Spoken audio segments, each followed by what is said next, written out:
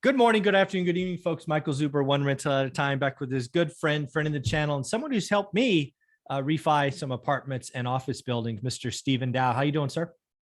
Fantastic. And yourself? I'm doing well, man.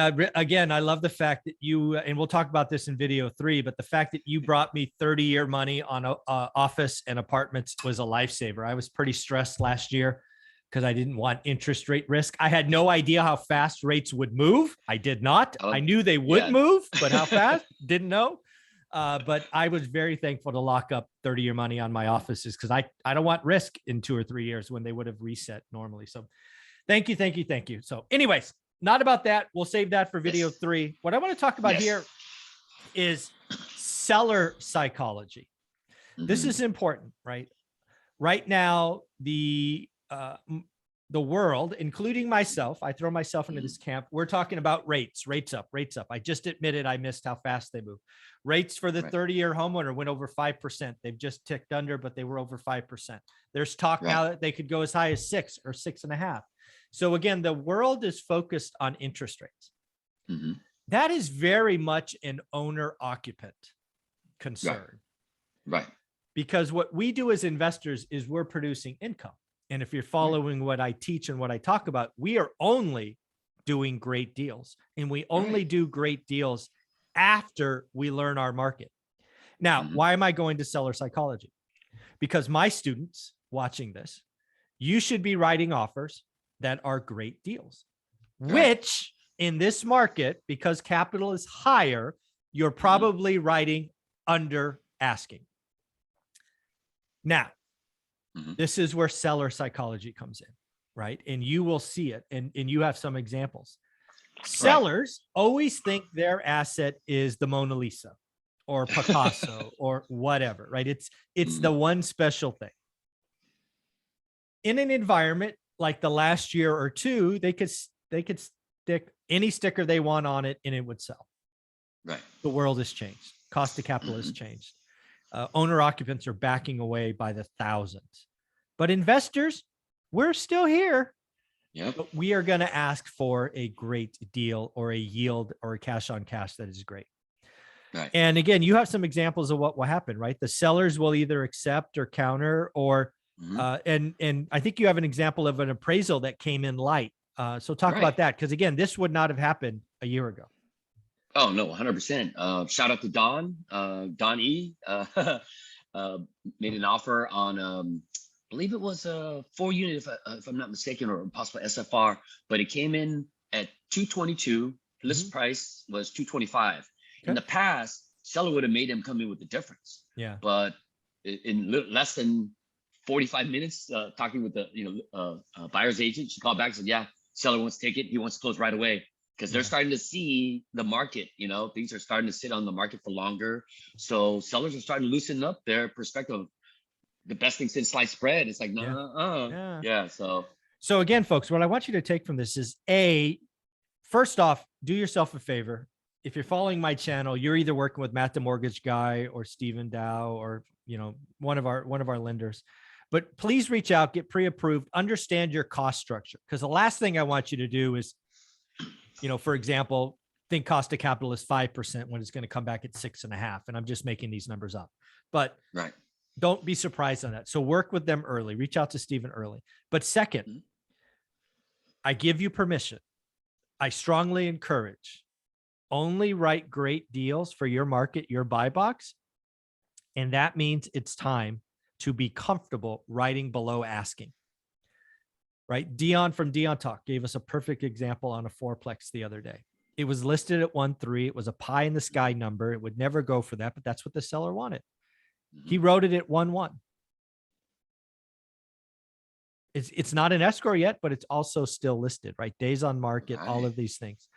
Folks, what you want is you want to find that motivated seller who in 45 minutes accepts a $3K haircut. And again, what I want to tell you and Don and all the others out there, $3K is nothing. That's 1% in that example. I will be writing offers very likely that average 10, 12, 14% below list. And I wouldn't be afraid to write below 25% list. Now, sometimes people hear me say this, Steve. Stephen, Right. and they just blank out. I will write an offer 25% below list if I do the math, and that's where the great deal comes out. I won't simply write an Right. offer 25% below on everything. I want a Right. great deal. And if I can get a great deal at list, I'll do it. If I get a great deal, Right. 5%, I'll do it. Right. So again, right. Because again, the sellers are going to come back, and you saw an example. So you've been doing this a long time. You've seen markets change. You've seen rates go up and down. Seller psychology is very sticky, right? But eventually they give up and they just throw in the towel and they'll take whatever they can. Pretty much, because again, their perspective on value and the reality are sometimes two different things. Because reality kind of slaps them in the face that your special property that's vesting in sliced bread isn't selling. No one's knocking on the door. You're getting less hits. Your listing agent's not getting any calls. Less people are coming to your open houses. So yeah, typically from what I've seen and in the past, talking with a lot of real estate agents, their normal tactic is to start to lower the price about $10,000 every week until they start to get a hit, and then they stop, and then they kind of work up on that level, and then if no more hits, and they continue to drop the price. So the market's loosening up, and it's turning more into I think a buyer's market at some point versus a seller's, because there's still small pockets, obviously, demand and affordability and supply, such as in Central Texas, Austin. I mean, they still can't build them fast enough. Yeah. So, but I would imagine there's a lot of other areas softening up. So I'm seeing it firsthand as a lender, so we see what the appraisals are coming in, and we're seeing the outcomes as far as what happens at that point. Is it renegotiating, or is the buyer coming in with more money, or whatever the case is? And slowly we're starting to see more sellers accepting the adjusted value, just because the data speaks for itself. We can't make up this stuff or disregard when a project's being sold for less. That's what we have to take into consideration. So we're seeing it ourselves. Yeah, again, seller psychology is interesting because again, there's buyer psychology and seller psychology. Not many people talk about sellers. Again, sellers, generally speaking, the average person has one. The house is their biggest asset, their biggest debt they've ever signed, probably the biggest net worth gain they have. It's their thing, right? And seller psychology is what is called inelastic, right? They anchor, right? Again, Dion's example, they anchor at 1.3, and they are anchored. They are dug in like a tick, right? And then time goes by, and seller psychology, they either do one of two things. They either eventually go, I give up, I'll take 1.1 in this example, which is a 15% haircut. But again, 1.1 is the number. 1.1 is what it would have sold for, what the last one sold it for. 1.3 was just, a number pulled out of the sky. Yeah, it's crazy. Right. Because again, sellers, folks, if you're in my course and you're writing an offer, we'll just use Dion's example at 1.3, you're buying at 1.1, and you get a no or a hell no or an F no or whatever the response is. Follow up. Kind of harsh today, Mike. Yeah. I didn't actually say the words. I know, but still, I don't know to talk to my clients that way. Excuse me. No, I'm sorry, unfortunately, but no H no or F no's. But okay. But no, that was the seller side. Gotcha. Yeah, come on. Right? The seller's agent or whatever, saying all those things. Sure. Follow up every 2 weeks. Again, I realize the last 2 years have been tough, but stuff's going to age longer. Follow up every 2 weeks. The thing will either sell or it'll be taken off. Those are the only two outcomes. Yep. I can't tell you how many times I was not the high offer, how many times I was following up. Money is in the follow-up. Because again, most of you, if you do one deal a year, that's awesome. Make it great. Make it great. And again, use seller psychology to your advantage.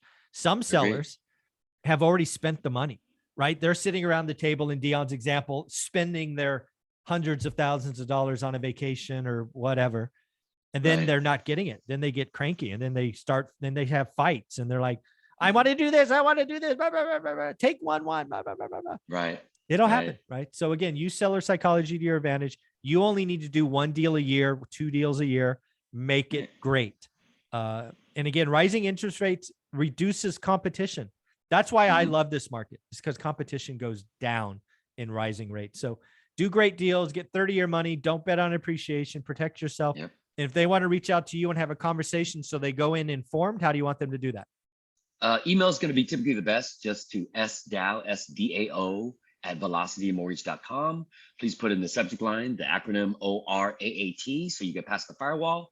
Maybe a brief description of what you're looking for in the body of the email, best phone number to reach you back at, and maybe your mid-FICO score. And generally within 24, 48 hours, I'll be in touch. But yeah, I've been crunching some real hard numbers for everybody. When we do kind of a quick scenario review, I always typically reply back with a breakdown of the loan costs, the rates, the payment, the options to buy down, if at all. So we get pretty detailed, just so they have all the hard numbers to really know if it's a good or great deal. So that's all people are really looking for. It's just some sort of clear breakdown so they can fully understand. So I actually had a call yesterday from somebody who just wanted some guidance. I think a lot of times when people are emotionally tied into something, it was an example. The gentleman called, his father passed away, left him and his other two siblings a property, but it was like rent controlled. The amount that the siblings wanted from him to keep the property was going to make it upside down from day one. It wasn't going to cash flow, but he was like, but maybe this. And so the hope was there, the possibility, but the probability of it cash flowing very low because it's rent controlled. It's, all this stuff too. He was just like sentimental more, I think, because he's the, so we had to go and break down all the numbers. Once he saw the numbers, and he's like, no, you're right. Now I can see. And it just needed somebody like a sounding board that wasn't emotionally tied in. So it helped him out a lot. And I think we talked about what he could do with the money instead and, find a better deal versus trying to keep something that's going to, take away from his life. Eat him alive. Yeah. No 100%. Alligators, folks. No alligators. Right. And his wife was really the one that was pushing the call just because she wanted to have somebody, speak to him, because anybody else just seemed like, no, you don't know what you're talking about. You just, so it really, it always pays to at least have a conversation just to get the real numbers so that you have somebody to bounce ideas off of. Because sometimes if you're emotionally tied into it, it's just too much to work on. So yeah, by all means, reach out. Be more than happy to crunch some numbers. Again, SDAO at velocitymortgage.com. Simply put 5 letters in the subject line, ORAAT, and then everything else in the email string. Thanks, buddy. Thank you.